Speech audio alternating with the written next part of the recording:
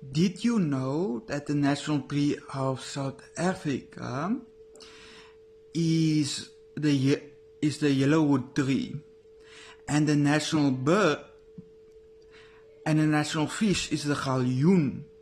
National flower of South Africa is the protea.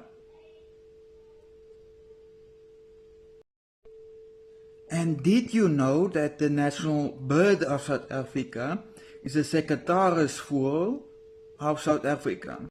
South Africa also has a national buck, which is named the springbuck.